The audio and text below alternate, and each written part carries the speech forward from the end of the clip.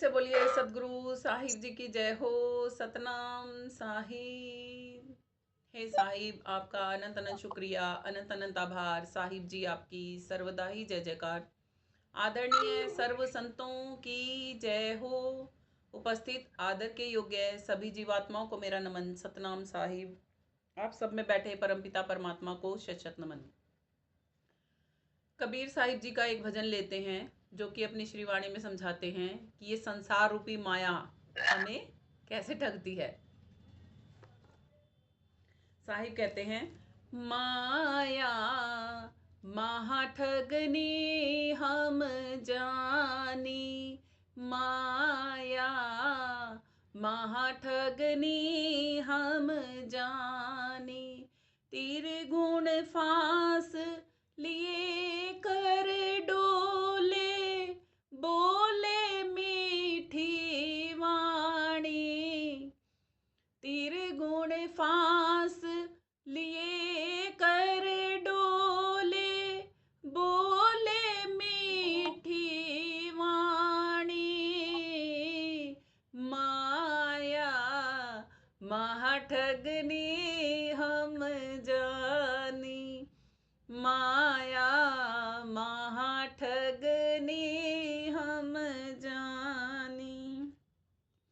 केशव के कमला होए बैठी, शिव के भुवन भुवानी, केशव के कमला होए बैठी, शिव के भवन भुवानी, माया महा ठगनी हम जानी, माया महा ठगनी हम जानी।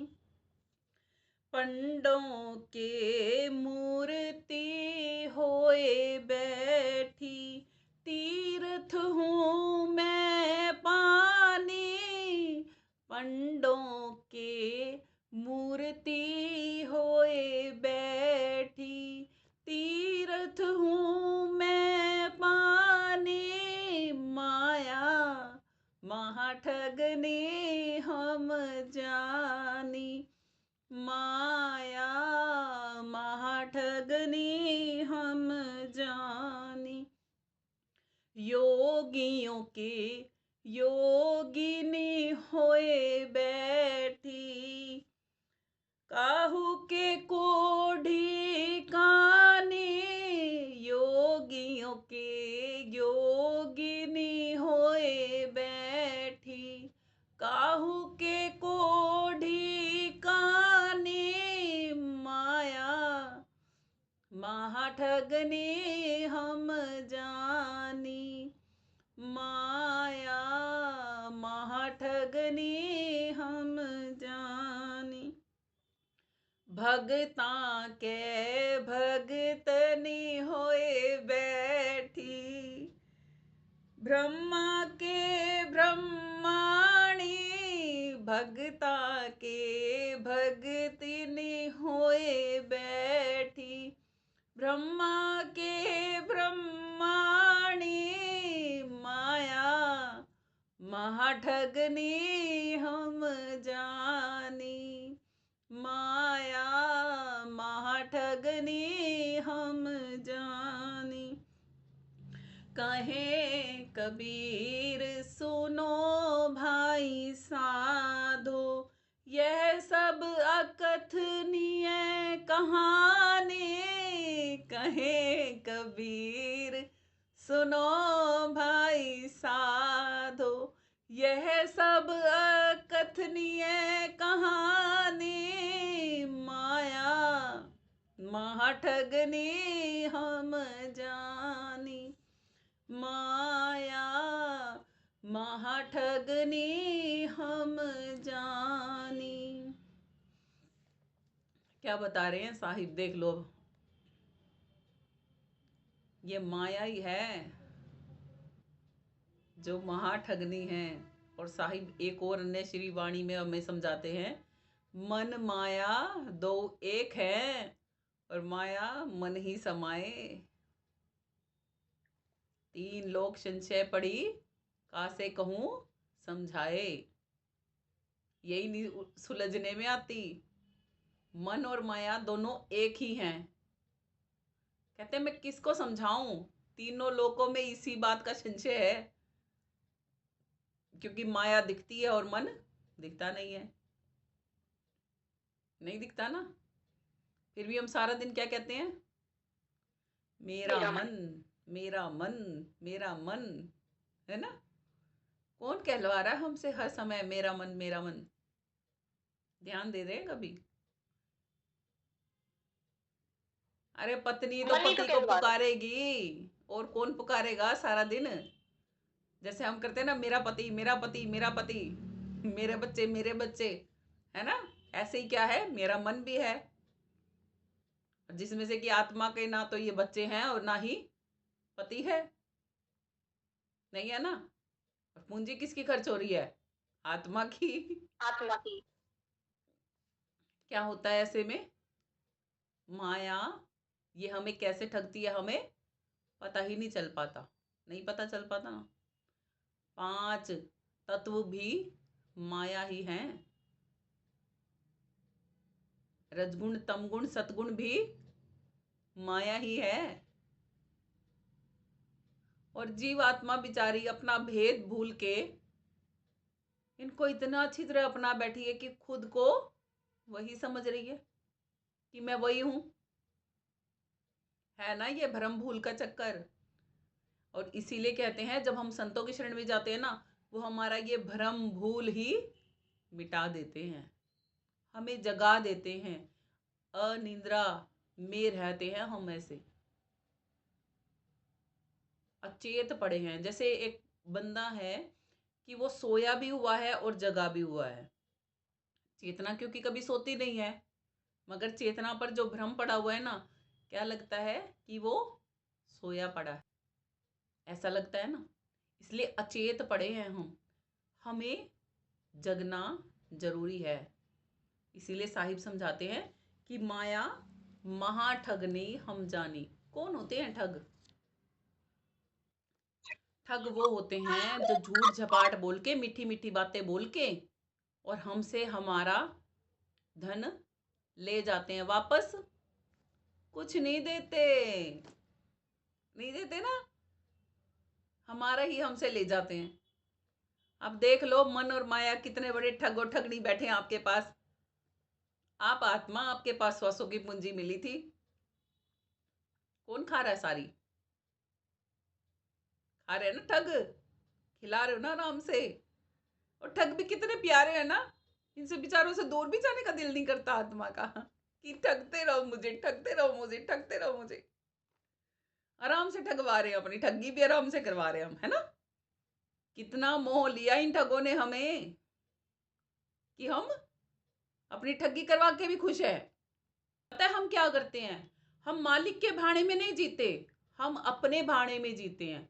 हमारे साथ दिक्कत ही यही होती है। जिस दिन हम ये सोच लेंगे ना, आज वाकई में ये करके देख लेना चाहिए, हकीकत है, आज खाना मत खाओ सारा दिन और बैठ जाओ बस मालिक का सुमिरन करना है। जो अंदर में खाने की इच्छा होगी ना, खीर खाने की इच्छा लेके बैठ जाओ और ये सोच लो कि आज मैंने घर में नहीं पकानी और मालिक मुझे खानी है खीर, और बैठ जाओ साधना करने। चाहे पड़ोसी के घर से आओ, चाहे आपके बगल में भंडारा लगा दो, मालिक आपके पास खीर पक्का पहुंच जाएगी। हम उस मालिक की क्या ही सेवा करेंगे, वो जितनी हमारी चाकरी करता है। कहते हैं भगवान भगत की हर समय चाकरी करता है, हर समय भगवान जो भक्ति करते हैं ना, उनकी खुद सेवा करने के लिए हाजिर नाजिर रहता है। भगत तो कहते हैं हे भगवान तू हमारा इतना करता है, इतना करता है। अरे हमने नौकर बनना चाहिए था, हम तो मालिक बना दिए तूने, वो हमारी चाकरी में। इसीलिए कहा जाता है हम भगतों की आंखों में और भगत हमारी आंखों में। कहते हैं कि मेरा भगत जब मुझको इतना चाह सकता है कि वो मेरे लिए सारी दुनिया छोड़ के बैठा है, तो क्या मैं अपने भगत को नहीं चाह सकता? भगत तो कहते हैं, हाय भगवान आपके दर्शन हमें बड़े प्यारे लगते हैं, बस आप ही हमें दिखते रहो, रीझते रहे हम देख देख के। और भगवान कहते हैं, अगर तुम मुझे ना देखो तो मुझे पूछे कौन? ये भगवान की विशेषता है कि भगवान इतने दयालु होने के बाद भी अपने भगत को ही ऊंचा बना देते हैं। वो बेचारे को तो भक्ति भी नहीं आती ढंग से करनी। वो तो कहता है, हे प्रभु आप ना दिखोगे तो मेरी भक्ति भी नहीं होगी। और वो दर्शन भी देते हैं और उसी को ही ऊंचा भी बनाते हैं। क्या नहीं करते वो भगत के लिए। हम क्या चाकरी करेंगे, हम क्या नौकरी करेंगे। अरे हमारे घर में अगर हम किसी को नौकर रख लेना, नौकर अगर हम रख लेते हैं ना किसी को, और उससे 4 काम गलत हो जाए तो 5वें काम पे तो उसको ऐसी डांट मारेंगे बेचारा के चाहिए आंसू निकल आओ। और हम उससे चाहते हैं कि वो हमें अपनी चाकरी दे दे। संभाल सकते हैं हम उसकी चाकरी, कर सकते हैं हम उसकी चाकरी, कर सकते हैं हम उसकी नौकरी। वो ही हमारी नौकरियां बजा जाता है। इतनी तो हम इतनी गलतियां करते हैं दिन भर में को, क्या वो हमें डांटता है कभी कि तुमने आज साधना नहीं की, तुमने आज इतना अपशब्द बोला, तुमने आज ये किया, तुमने आज वो किया।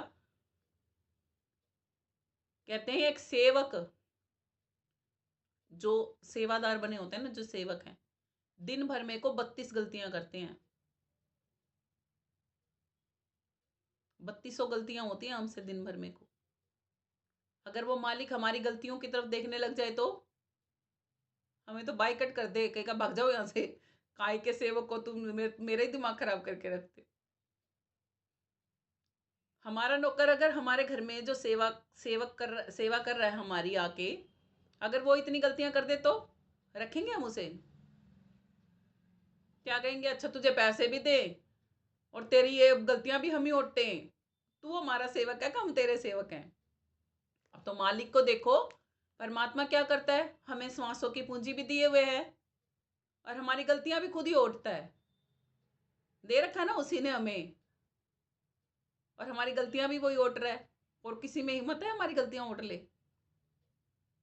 साहिब इसलिए कहते हैं कि अगर मैं अपने अवगुणों को देखूं ना, तो मुझे लगता नहीं है मालिक आप मुझ पे रीझ भी जाओगे, कि मेरे तो इतने अवगुण हैं कि समुंदर भी छोटा पड़ जाए, मगर आपकी दया इतनी है कि आप मेरे अवगुण नहीं देखते। आप केवल प्रेम भाव देखते हो, वो भक्ति देखते हो, जिसमें भी यदि आप ना दिखो तो वो भक्ति भी नहीं हो सकती। कितने कृपालु हैं वो, और वो इस ठगनी माया से बचाते बचाते भी हैं हमें, और हम बचना भी नहीं चाहते, है ना। तो एक उसके बहाने में जीना सीख जाओ, सब कुछ आसान कर देता है वो। कुछ भी मुश्किल नहीं रहती जीवन में, सब आसान हो जाता है, सहज हो जाता है, सरल हो जाता है। देखो ना, कोई भक्ति आपको अगर करना सिखाता है तो कितना सम्मान करते हो आप उसका, कितना मान करते हो आप उसका। क्यों करते हो? कौन करवाता है आपसे? आपके अंदर में वो भाव जागृत कौन करता है? वो मालिक ही तो करता है ना। और वो भगत कहता है, अरे मैंने कुछ नहीं किया, किया तो उस मालिक ने है, आप मुझे क्यों बोलते हो? वो बेचारा स्तब्ध हो जाता है बीच में। वो फिर भी अपने हाथ जोड़ के उस परमात्मा को शुक्रिया करता है कि हे मालिक, तूने मुझे माध्यम भी समझा, तू मुझ में आके किसी को कुछ सुना भी गया, ये भी तेरा ही शुक्राना है। मैं क्या भला किसी की सेवा करूंगा,